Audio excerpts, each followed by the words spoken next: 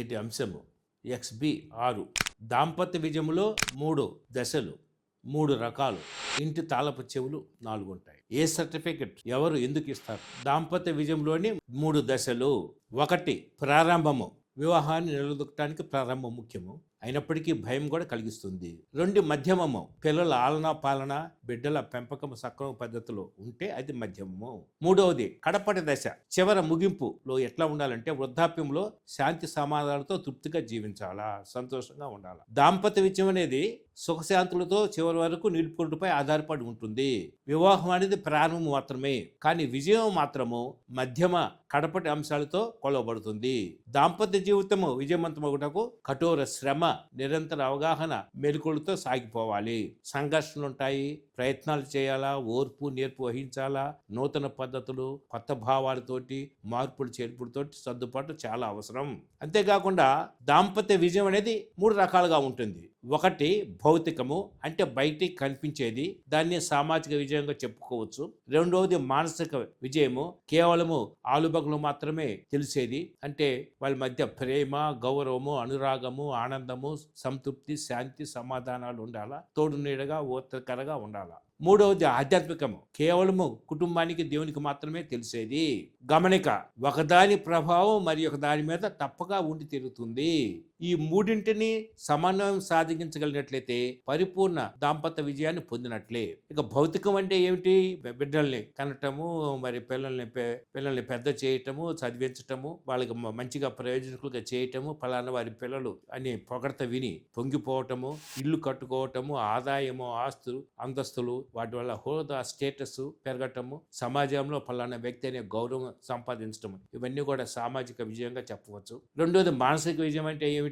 భార్య ఏం చేయాలా? భర్తని గౌరవించట, సరైన సంభాషణ కలిగి ఉండాలా, బాధ్యతలతో నిర్వహించుకోవాలా, తను లేకుండా భర్త ఉండలేనంతగా అనురాగం పంచుకోవాలా, తోడు నేడుగా ఉండటం, అతని ప్రతి విజయం వెనుక కూడా ఉండి సంతృప్తిగా పొందటము, ఓటములో భుజము తట్టి ధైర్యపరచడం, ఇవన్నీ కూడా భార్య చేయాలి. భర్త భార్యని ప్రేమించడము, మంచి సంభాషణ కలిగి కర్తవ్యాన్ని నెరవేర్చడము, భార్య మనసు తెలుసుకుని ఆమె కోరికలను తీర్చడము, కంటికి రెప్పలా కాపాడటము, తన ప్రతి విజయంలో కూడా ఆమె తోడుగా ఉందనే వాస్తవాన్ని గుర్తించడము, ఆమె ఓదార్పుతో సమస్యలతో పోరాడటము, అంతేకాకుండా ఆమె విజయమునకు వెన్నుదొండుగా ఉండుట, ఇవన్నీ కూడా మానసిక విజయంగా చెప్పవచ్చు. ఇక ఆధ్యాత్మిక విజయం అంటే భార్యాభర్తలు వివాహం దగ్గర నుంచి దంపతులు మరి బిడ్డల్ని మరి దివ్య సంస్కారాల చేత స్వీకరింపజేయటం, దాన్ని పాల్గొనటము, మరి దేవాలయంలో అన్ని కార్యక్రమాలు పాల్గొనటము, దేవుని చట్టాలను పాటించటము, కుటుంబం యొక్క ప్రార్థన జీవితం, ఇవన్నీ కూడా దేవుని సన్నిధిని అనుభవించడం, ఇవన్నీ కూడా ఆర్థిక విజయంగా చెప్పుకోవచ్చు. అంతేకాకుండా దాంపత్య విజయంలో 2 ముఖ్యమైన అంశాలు ఉంటాయి.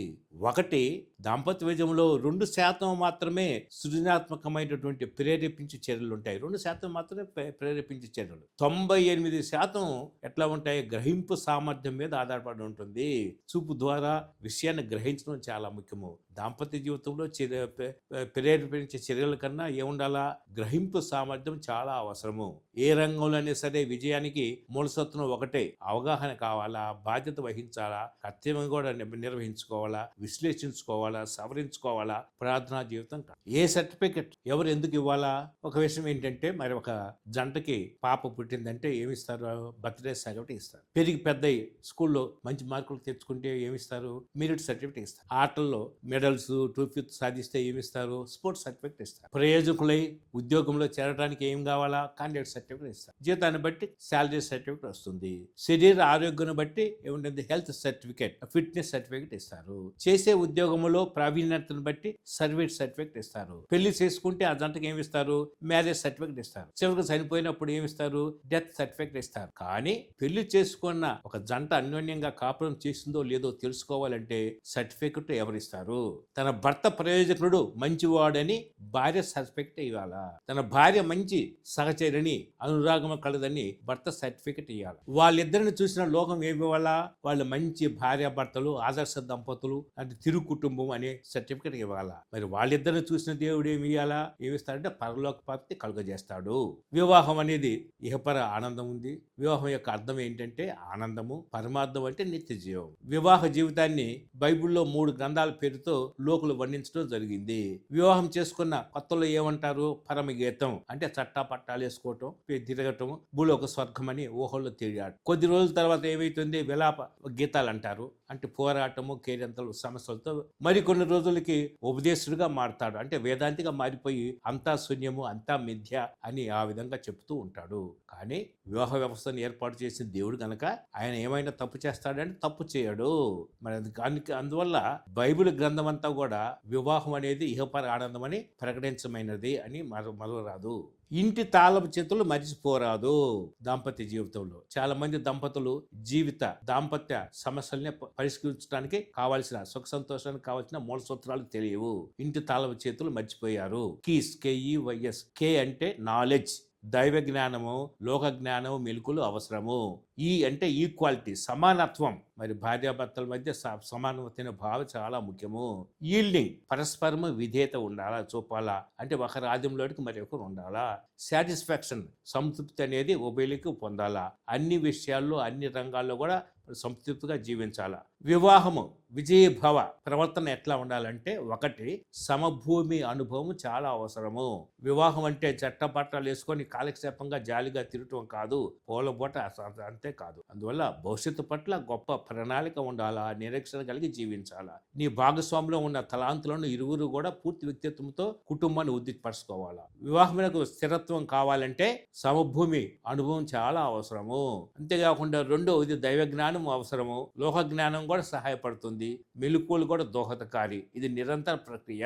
నేడు సరైన అవగాహన లేకుండా ఊహాల్లో విహరిస్తూ ఏం చేస్తున్నారు? స్త్రీ పురుషులు వివాహ అంతస్తులో ప్రవేశిస్తున్నాడు. కానీ వాళ్ళు సర్పం వలె జాగరూకులై పావురం వలె జీవించాలా. కడగండ్లు, కష్టాలు అనేది మనిషికి సహజం. అలాగే కుటుంబాల్లో కూడా సమస్యలు, కష్టాలు రావటం అనేది అనివార్యం. అందువల్ల ఆయన్ని గ్రహించి మరి తగిన జాగ్రత్తలు వహించి జీవించాలి. సమస్యలకు మూల కారణాలు గుర్తించుకోవాలా, తెలుసుకోవాలా. దైవ జ్ఞానంతో, లోక జ్ఞానంతో, మెలకువలతోటి ఏం చేసుకోవాలా? జవాబులు, పరిష్కారాలు కనుగొని సమిష్టిగా పరిష్కరించుకొని అధిగమించి చక్కదిద్దుకోవాలా. పవిత్ర జీవితంలో జీవించాలా. ఇది నిరంతర ప్రక్రియ. ఎదుటివారి అభిప్రాయాలను గుర్తించాలా, గౌరవించాలా. సమస్యని మీ కోణములో మాత్రమే కాకుండా ఎదుటి వాళ్ళ కోణంలో నుంచి కూడా చూడగలిగినట్లయితే సగ జీవితం ఏమవుతుంది? సగ జీవితం సంతోషం అవుతుంది. అంటే you have to see other side of the coin. వయసుతో పాటు మానసిక పరిణితి కూడా సాధించగలిగినట్లయితే అప్పుడే మరి భాగస్వామి యొక్క అభిప్రాయాలు తెలుసుకోవాలి. అతి ముఖ్యమైన అంశం ఏమిటంటే, ఒకరినొక భావోద్వేగాలను ఆదరించుకోవాలా, వ్యత్యాసాలను గౌరవించాలా, సఖ్యతతో కలిసి సుఖ సంతోషాలతో,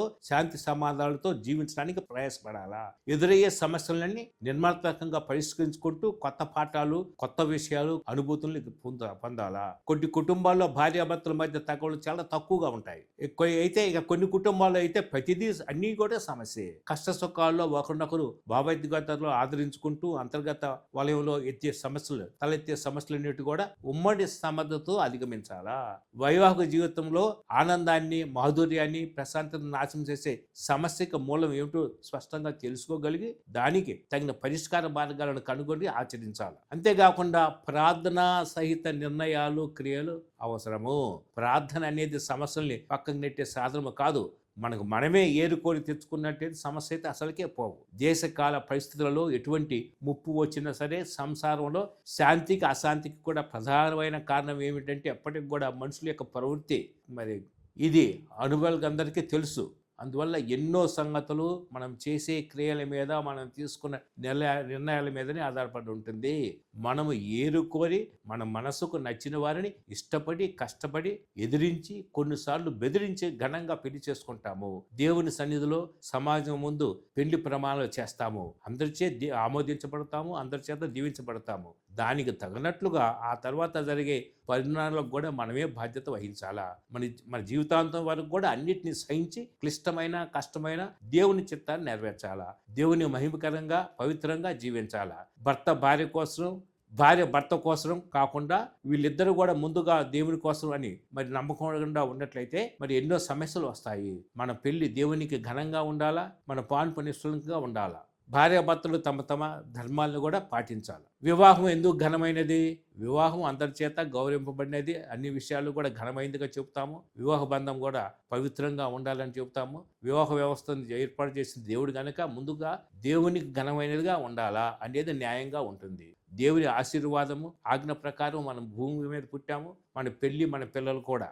అందువల్ల దేవుని తర్వాతనే మనకు, మన తల్లిదండ్రులకు, రక్త సంబంధులకు అందరూ కూడా ఘనమైనదిగా ఉండాలి. మన పెళ్లిని ఘనంగా చేసుకోవాల్సిన బాధ్యత కూడా మనదే కనుక అది మన చేతుల్లో ఉంది తప్ప మళ్ళీ తల్లిదండ్రుల చేతుల్లోనూ, పెళ్లి సంబంధం చూసిన వారి చేతుల్లోనూ, పెళ్లి ఏర్పాటు చేసిన వారి చేతుల్లోనూ, పెళ్లి చేసిన దేవుని దైవజనుల చేతుల్లోనూ, పెళ్లి జరిగిన స్థలము, పెళ్లి కొలిచి దీవించి అక్షంతలు వేసి ఆశీర్వాదించిన చేతుల్లో లేదు. మనము చేస్తున్న చేయబో పొరపాటును మనమే బాధ్యత. వారెంత మాత్రము కాదని గ్రహించాలి. ఎవరి క్రియలకు వారే బాధ్యులు. ఒకరోజు దేవునికి లెక్క చెప్పాల్సినది. భార్యాభర్తలు 2 దేహాలు అయితే ఒకే రాగం, ఒకే మాట, ఒకే బాట, ఒకే ధ్యేయం, ఒకే ప్రాణంగా ఉండాలా. పరిశుద్ధత, పవిత్ర అనేది మరి మన జీవితంలో ఎల్లప్పుడూ ఉండాలా. అహం తగ్గించుకున్నట్లయితే భార్యాభర్తలు విడిపోరు. మరి చేతికి మరి వేళ్ళు ఉన్నాయి, సంబంధం. ఈ బొట్టన వేలు ఉన్నాయి, దీన్ని ఏమంటాము, తల్లిదండ్రులకి సూచనగా ఉన్నది. తర్వాత చూపుడు వేలు ఉన్నది, ఇది సహోదరి సోదరులకి మరి సాదృశ్యంగా ఉన్నది. ఈ మధ్యమ వేలు అంటే నేను అనేది. తర్వాత ఇది ఉంగరపు వేలు అనేది భాగస్వామికి సంబంధించింది చెప్పుకోవచ్చు. చిటికిన వేలు ఏదంటే సంతానము. అంటే ఈ 5 వేలలో మధ్యది చూసారా, అహం అనేది చంపుకున్నట్లయితే, మిడిల్ ఫింగర్స్ డౌన్ ఉన్నప్పుడు ఏమైతుంది, మరి భార్యాభర్తలు విడిపోరు. మిగతా వాళ్ళంతా విడిపోవచ్చు, కానీ తల్లిదండ్రులు కానీ ఇది చూసారా, అహం చంపుకున్నట్టయితే భార్యాభర్తలు విడిపోవడానికి అవసరమే లేదు. దేవుడు మనందరినీ ఆశీర్వదించునుగా.